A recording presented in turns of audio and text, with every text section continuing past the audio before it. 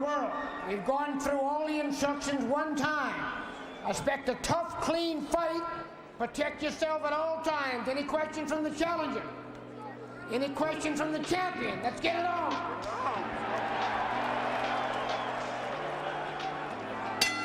Off the familiar words of referee Mills Lane, we are underway. Round one scheduled for 12 for the WBC middleweight championship. Julian Jackson in the white trunks with the red and blue trim, really opening himself up to criticism against Thomas Tate 2 fights ago, winning by tough decision. He showed some weaknesses. As a result, other fighters suddenly quite eager, getting in line to take a crack at the hook. Certainly not the case in the past. Well, I'll tell you, he is a tremendous puncher, which has always scared everybody. I mean, no one wants to fight anyone that's that dangerous, but 2 fighters, Thomas Tate and his last fight against Eddie Hall, a relative unknown, had him in trouble more than once. Well, McClellan figures to give him trouble early. I mean, but Julian Jackson starts in a hurry. As you can see, there's nice, good. There it is, a big right hand. McClellan was waiting with the jab and timing him on the way in. Something we spoke about earlier, using that jab. Bam, the right hand over the top. McClellan can bang. As we said, you got to look for this guy early. Here he is early. And Jackson is rocked in the opening minute of the fight. Really a catch-22 situation for Jackson. If he wins, people will say McClellan inexperienced, overrated. If Jackson doesn't look good and in fact loses, people might say he's lost it. He's not the same Jackson. The last exchange, McClellan ran into a good left hook. He himself, for just a minute there, was stumbled and staggered. That's the best thing that Jackson does, is come back from being hurt. He's hurt, but he comes back, and when he comes back, he's got power. That's very strange. It has caught McClellan off guard. He didn't expect that kind of power. Going into tonight's triple header, oddsmakers gave McClellan the best chance to pull off an upset. Jackson only a 2-1 favorite. Pretty close odds in boxing. Boy, McClellan's taking chances with leading with the right hand and just about taking every precaution and forgetting about it. Just going right for the bomb. He mentioned earlier he didn't want to be reckless, and he came out very calm, but here he is. He is attacking Julian Jackson. And Jackson spinning around. Jackson's getting nailed, but remember, he comes back. Gerald McClellan, called by his trainer and manager, Emanuel Stewart, the best all-around fighter he's ever had. In fact, one of the reasons heavyweight Michael Moore left Stewart was because he wanted to devote more time to his prized pupil in the gold trunks. That lead right hand is going to get him in trouble. Bobby, you can't throw that right hand with that strength and nothing to protect yourself after you've thrown it. He's done it several times now. And Jackson has a tremendous left hook counter, as we well know. But I'll tell you right now, McClellan's, he's forcing the pace. He's making Jackson do some backing up and some covering up, something he's not accustomed to doing. Oh, he is having a terrific first round. It's McClellan, but Jackson's still here. He's weathered it, but McClellan has really put some fear into Jackson. Final seconds, round one. Terrific round for the challenger, McClellan.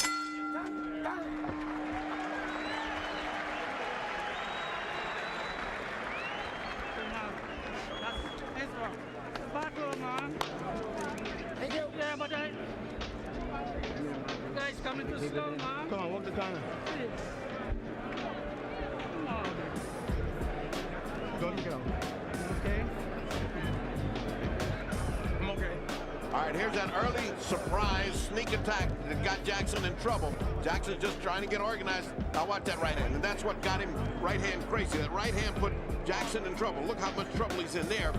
Take a look at the second one, Bobby. Well, I'll tell you what McClellan said he was going to do is use the jab, wait, and bang. Over the top, there it was. But as the round progressed, he started getting a little careless, got hit a few shots of his own. Because he went right hand crazy, though. Oh, boy, if that does it with the right hand, let me just shoot the right hand. That's a big mistake, and I'm sure Emanuel Stewart is pointing that out in the corner. And what happened in the corner of Julian Jackson was his corner told him, now start looking for the counter. Now start looking for that counter. Both of us have said here, the counter to that right hand could just put McClellan on the canvas. Despite Jackson's impressive record, many are saying he is on the decline in his career, and Gerald McClellan out to prove it. McClellan's best combination, a right hand to the head, left hook to the liver. 17 of his 25 knockouts, according to Emanuel Stewart, in that fashion. Again, you saw that right hand over the top. And something you have to worry about with punchers. The punches are all big, they're all heavy. If you start missing them, you get tired prematurely. And also, something that has probably plagued Jackson in the past few fights, he's knocked so many people out so easily that he doesn't pay as much attention to defense. Two good body shots exchanged, one by Jackson, one by McClellan.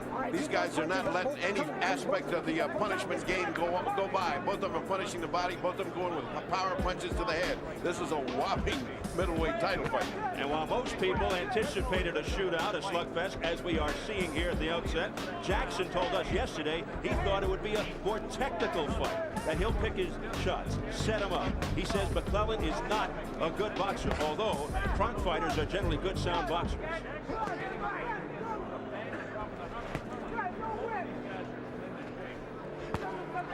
Jackson told us his right hand, which he injured prior to the February 20th card in Mexico City, is up to par. He's been digging shots, insists he won't hold back.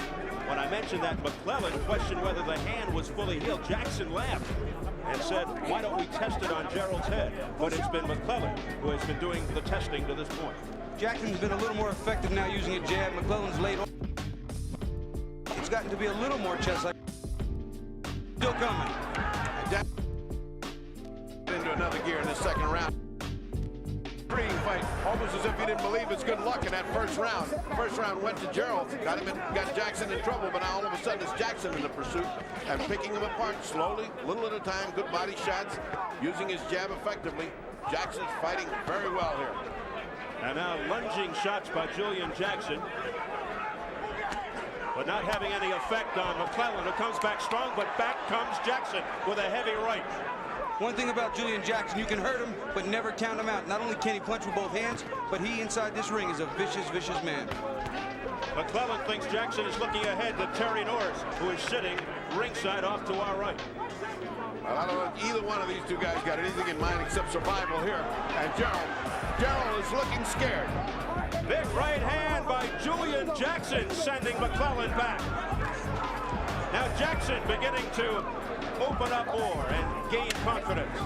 This is what you call intimidation, and it's all happening to McClellan. He's getting intimidated here. Well, Jackson's completely turned the tables from the first round, but McClellan also still a dangerous fighter.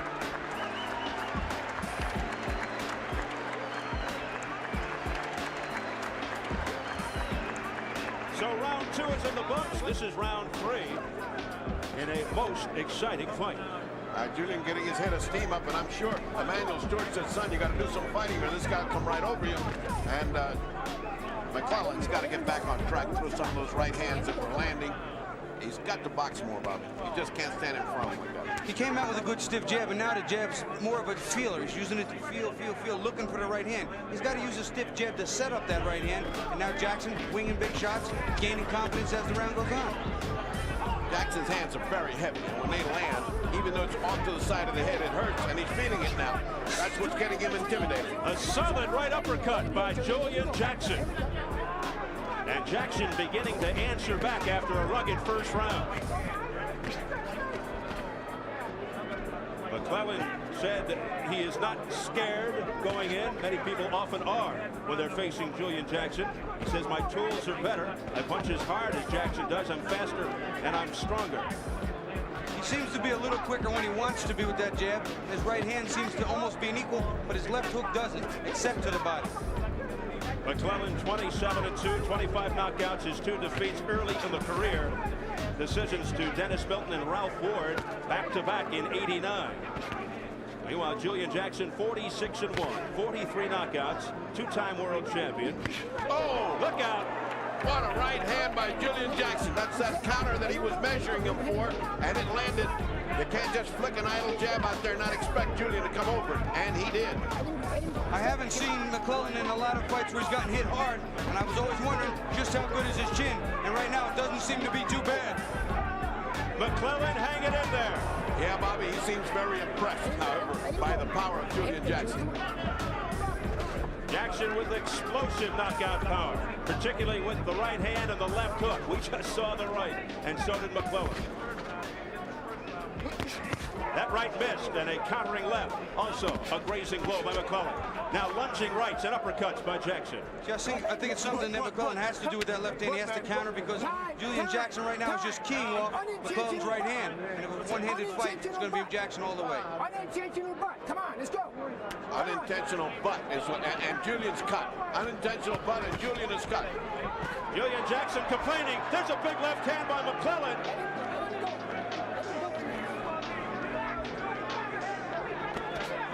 And now McClellan looking to measure Jackson off.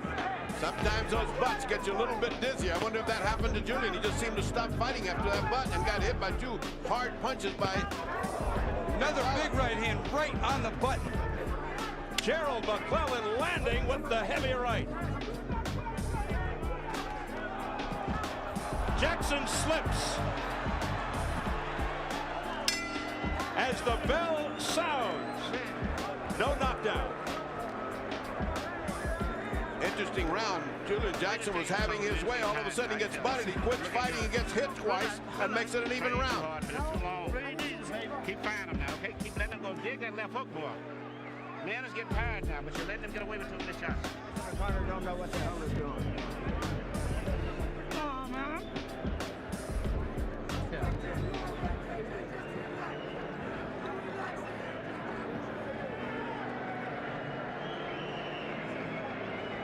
Let's take a look at that butt. It's on the bridge of the nose. It's not that bad. Let's take a look at it and see if we can see it well. There it is. Not bad. I don't see if that's a bad butt, Bob. No, it's really an accidental, but it didn't look like a bad one, but there is a cut from it, so it has to be noted. And I wonder if it stunned him because he just kind of stopped fighting. It wasn't the same intensity when he came back, and Gerald was able to land 2 or 3 good shots and even up the round. I mean, this is kind of an even fight right now, folks.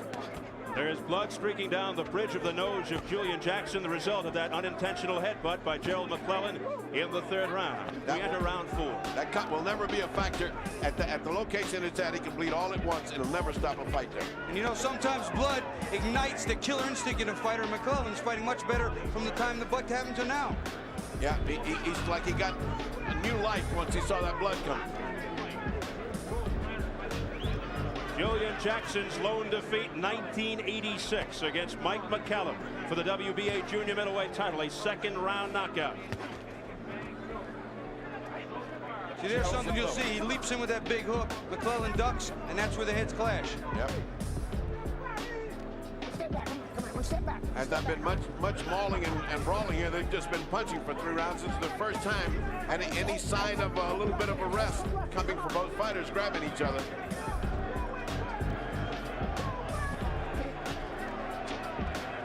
McClellan extremely quick on the defense. Julian just looks bothered. He looks like he's blinking from that eye. Oh, nice body shot, but right at the break. And Mills Lane admonishing Gerald McClellan. That doesn't stop it from hurting. Well, I'll tell you, it takes a certain amount of extra energy, too, to keep moving like McClellan is bouncing. That starts to take its toll on your legs as the fight goes on. Jackson's still walking slow, methodical, conserving energy. Julian Jackson trying to get his composure here and turn things around in his favor. Ooh, nice body shot. Body shot by Julian Jackson. Get that club off his face. Come on, man, get the weapon, come on. Ooh. Right on the bridge of the nose, right where the cut is. Right on the butt. McClellan continues to land effectively with the right. The right hand that Julian Jackson's aiming at the body to could take its toll in 3 or 4 rounds and really debilitate Gerald McClellan. Julian's doing his homework to the body. No doubt about that. He may be sacrificing a round, but he's really putting in some shots. McClellan burst into the national spotlight back in '87 by winning the ABF 156-pound title after soundly defeating future Olympian Roy Jones Jr. at the '88 Golden Glove semifinals. He was disappointed, though, he was not chosen to compete on the Olympic team. Something else I think that you'll see McClellan doing a little bit when they separate. He's bopping around, he's trying to measure Jackson and time him with that right hand on the way in to double the impact of the punch. But it's a dangerous thing to do with Julian Jackson. Yeah, because you can get met by a punch, and you're on the seat of the pants when that happens. Although I must say, McClellan, ever since the butt, has fought with more confidence, like he figures, hey, I can get into this thing, I can win this thing. Good round for Gerald McClellan.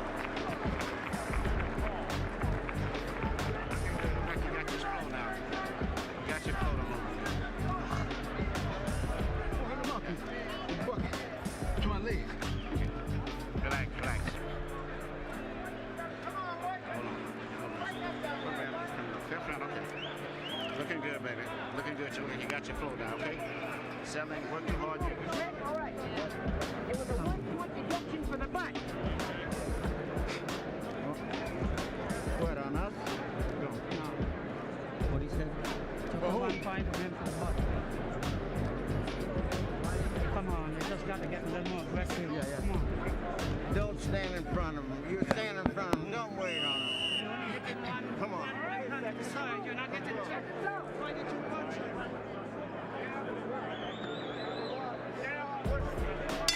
Mills Lane just informed us that there's a 1-point deduction for that butt, even if it was unintentional. 1 point off McClellan from back in the 3rd round. And in a close fight like this, Bobby, that is a big penalty.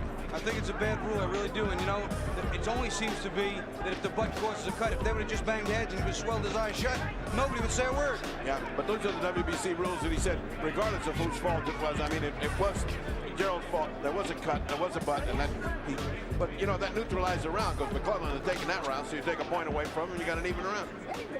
I mean, this is a very even fight. Wild miss by Gerald McClellan and a left hand, a short crisp left by Julian Jackson that connected. Again, you'll see him dig that right hand to the body, and McClellan comes back with a left hook of his own. Jackson being frustrated by 25-year-old Gerald McClellan. Little wink of the eye by McClellan as he eluded a punch. Right now, very difficult to catch is Gerald McClellan.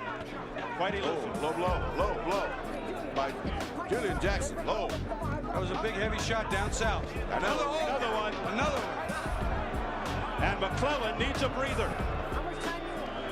Mills Lane says, as much time as you want. I felt that. Yeah, and it was 2 in a row. It wasn't just 1. And so now, all of a sudden, no matter how much time to give him, Mills Lane says that's the 2nd time. 1 more, and we take a point. So a point did not come off, but boy, the effect of 2 good hard body shots, Bobby. You can't come back so soon from that. You know, many people talk about the cup and the protector, which is what it's actually called, an athletic protector, but the power and the force that you get hit down low there, very sensitive area. And he needs all the strength he can get and all the fluidity and reflex, and that takes your legs out from under you. Ooh, nice shot by Julian. As he goes upstairs, no chance of south of there. Julian got a winner right in. Down goes Jackson. A left hook by Gerald McClellan almost sent him through the ropes. He is in serious trouble. His legs are not there. This fight could very well be over right this minute. And there's a minute left to go. Can McClellan finish him off? He's down again. He's not going to make this, Bobby. He's not going to make this. Julian Jackson doesn't It's know where it's over. at. It's over. Mills Lane has stopped the fight. And Gerald McClellan has upset Julian Jackson, and he is the new WBC middleweight champion. After that first knockdown, you could see he was totally out. He got up just on reflexes, and it was just academic after that. He could not have overcome it in a minute some odd left. His head was not clear, and his legs were not under him, and that is the sign of when it's just about done. And Bobby, it was a lightning-like 3-blow combination.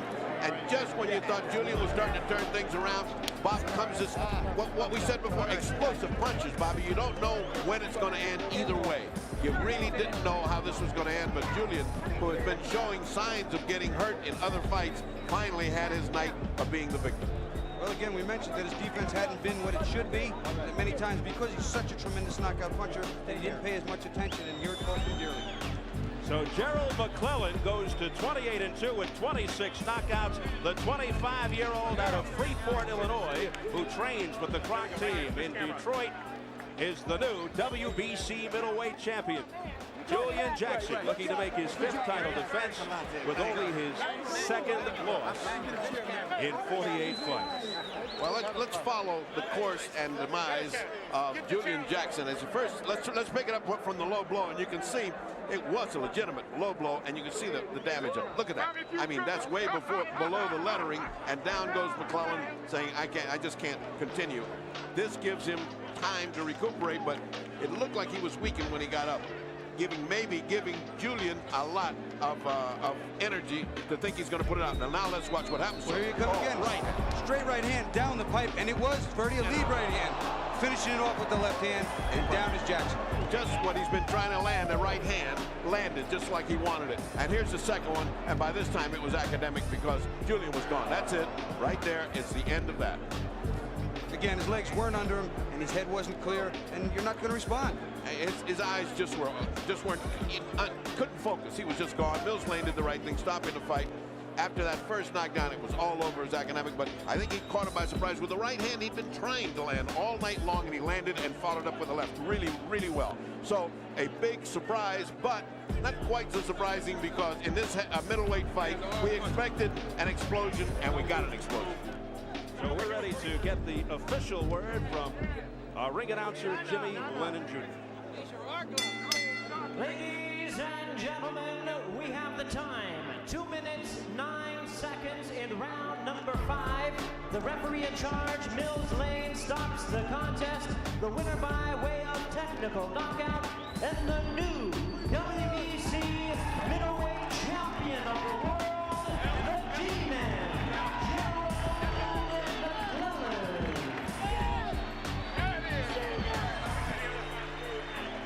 McClellan. God bless you, man.